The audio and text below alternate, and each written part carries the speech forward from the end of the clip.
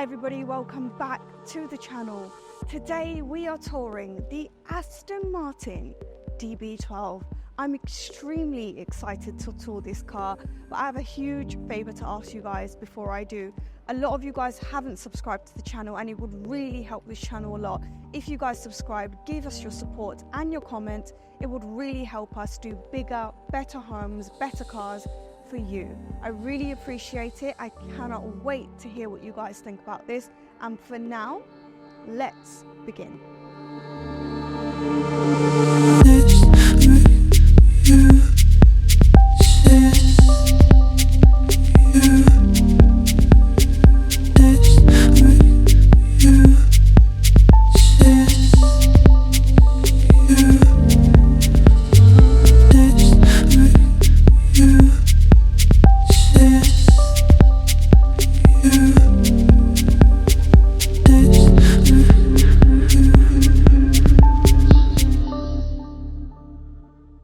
So firstly, I'm going to show you guys the key. The key in itself has its own little leather pouch. You've got the Aston Martin branding right here, which branding is on point as always. You've got the Aston Martin right here on the side of the key, and it feels rather heavy. It's not plastic. It feels like it's got a nice feel to it. So you feel rather special when you take your car key out. I mean, the branding for this, great job. I mean, nothing to complain about here. Moving on to the exterior. I mean, the DB12 itself, when you look at it, it does scream sophistication. And Aston Martin as a brand, for me, does have that. It oozes luxury. The thing is with this DB12, they've not really changed it much from the DB11. We can see that it has got that gorgeous Nardo grey paint on it with that gloss. You've got the vents on the top, the vents on each side to cool down the engine, but they actually haven't. They've updated the Aston Martin badge here as well, but it doesn't really look too different from the DB11. You've got the grille, which is rather large as well, and then you've got carbon fibre here. Now you've got the 6-block lights. I mean, in itself, to look at the front of the car, it is just a masterpiece. And I know I've been very critical of some cars, but when I do love a car, you guys will know about it. A lot of my reviews are very authentic and very true, but this car in itself is just one of a kind. And here, if you look on this side, you have a vent here on the side, standing true to their branding. They've got the Aston Martin here. So it's a vent on the side, which actually will cool down the tyre. We actually saw it in the Mercedes AMG 1, which we toured on the channel not that long ago. Now moving on to this. These side mirrors are pretty unique because if you press unlock, they actually come out. And I mean, look at this, the way that they actually turn. You've got the light that comes on. I mean, it looks very futuristic, but it's kept to the same look that the DB11 had. I'm really in love with this car. I mean, if you just look at the side as well, you've got the carbon fibre underneath. And then, I mean, just look at the lights, look at the curves, the detailing, the finishing. It really is just, I'm in love. I'm in love with this. Now, moving on to the wheels. Now, a lot of people say tyres, I say wheels, but you know, this car is the first car to use the Michelin 5S tyres. And then one thing that you can see, and they're 21-inch, but then you can actually see the iconic Aston Martin colour in the rims as well. And then we've got the standard Aston Martin badge here. Now moving on to the back. Now the back in itself is just, I mean, just look at it. It's a masterpiece. The Aston Martin badge when you come at the back. Now let's talk about the tail lights. Look at this. I mean, the fact that they're incredibly thin and the way that they actually blend in with the trunk. I mean, these are just gorgeous to look at. I love how it looks quite futuristic. You've obviously got the exhaust here with the holes on each side, which will actually cool down the motors. Carbon fibre at the bottom on top of the exhaust as well. And I mean, it just looks incredibly clean. Now, I'm going to open up the boot to show you guys how small the boot is. And the thing is with this boot, it doesn't auto open. You have to do it yourself. And I mean, that's quite annoying for that.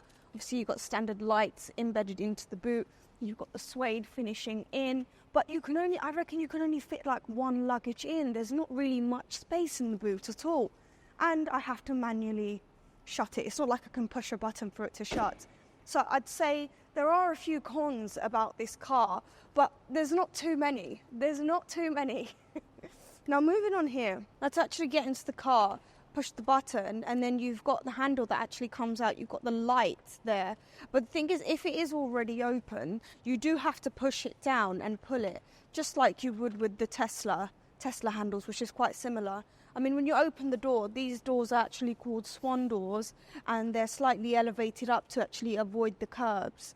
Now, I'm going to talk to you guys about the specs of this car before I actually show you guys the interior. Twin turbo, 4-litre V8 engine. I mean, it goes up to 670 horsepower. Now, they actually use the Mercedes engine in it, but they wanted to make sure that the DB12 didn't have as many Mercedes parts in it like it did in the DB11, and I completely understand why. Now, moving on to the interior of the car, obviously the interior in itself is just stunning. I'm very, very impressed with the interior. Getting into the car is pretty seamless. It isn't that much of a struggle. So when you get into the car, you've got the DB12 badge here, and then you've got the Aston Martin logo, and it says made in Great Britain. Now, I'm not being biased when I say this, but I do think we do make the best cars. Now, I do really like how I feel in this seat. The seats are rather comfy. You've got the finest leather, the nicest stitching. Now, I know that Aston Martin actually outsourced the leather and the stitching for this car, and a lot of other supercar companies use this brand as well for the leather and the stitching. Now, when you're in here, obviously you have the digital display behind the wheel. The digital display can actually come onto this screen here, so you don't have to look behind the wheel. But something that's pretty cool is the fact that each time you change the mode, the color behind the digital display changes. And the thing is, you can actually change the mode here and put it into sports, sports plus. I mean, the sports plus makes it green, and then red, and then the sport is actually green. So I think that's pretty cool. You've got this beautiful centerpiece, which is the engine, the start and stop button, and then you just have this area here, which I was actually pretty surprised by. This is where you can actually reverse, drive, but you can actually change this car to a manual car. I don't know who on earth would want to do that, but I'm sure there's a lot of sports supercar drivers that would prefer a manual, but I'm lazy, I don't even want to drive. I want to be driven. So if I am driving, it has to be automatic. You've got the carbon fiber here. I mean, this is pretty insane. I love this display. Very seamless, very clean. It's touch screen as well. You can actually control the lights here. You can pick what sort of lights you want, the ambient lights. You can actually really I love the fact that you don't pick, you just drag it over and then you can decide. So there's a variation of different colors. And then here we have a decent amount of storage. It's not a lot, guys, it's not a lot, but you push the button, this opens up. But I didn't mention the quilted leather. I mean, the fact that they've added the leather here, very clean and very, very luxurious when you're in this car.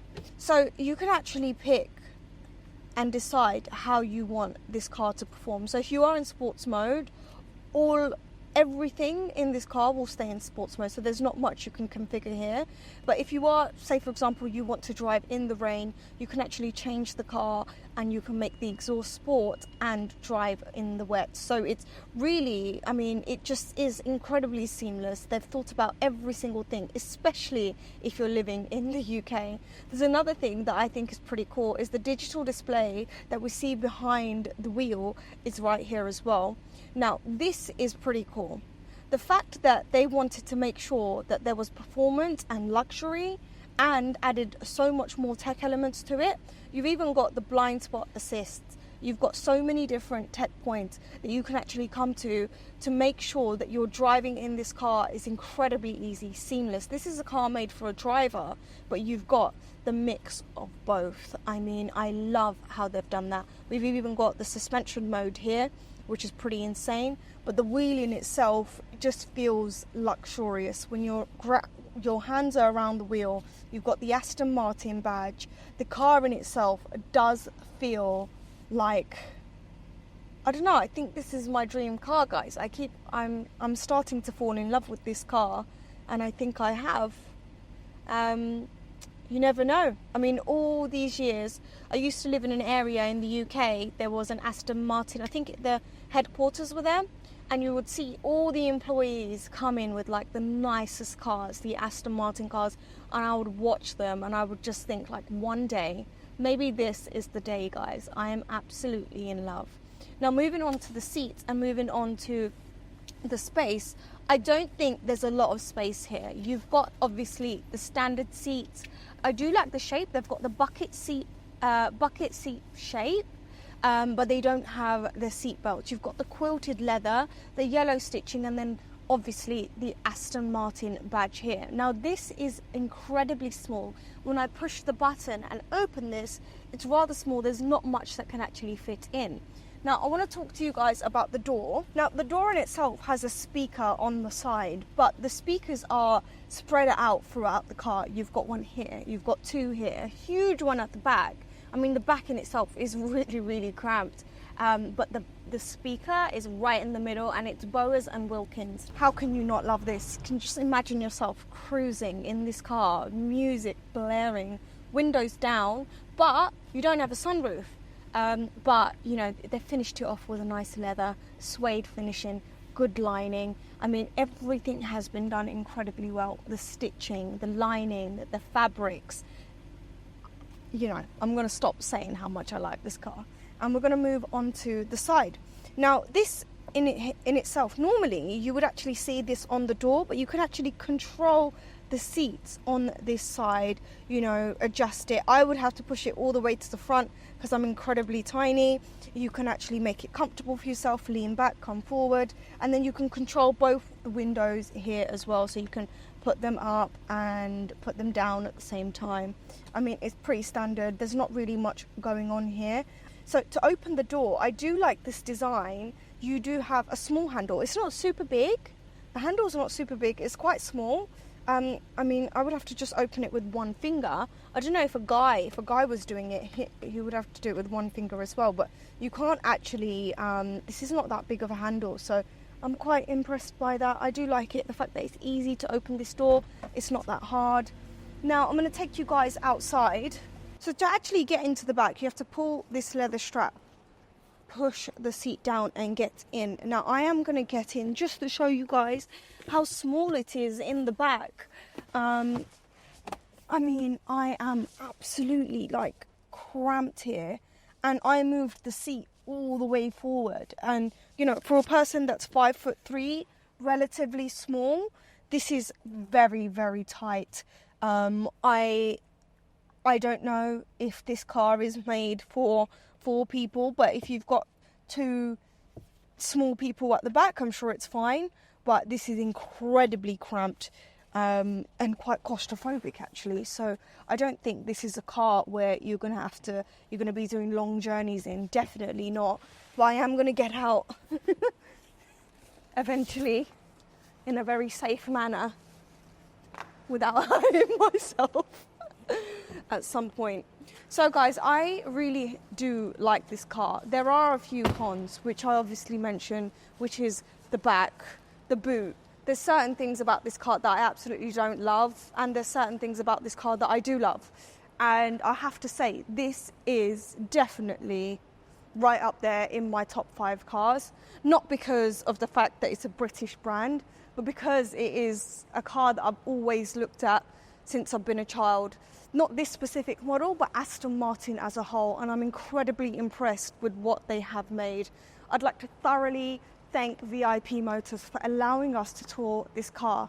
Please do not forget to like and subscribe, and I will see you guys very, very soon.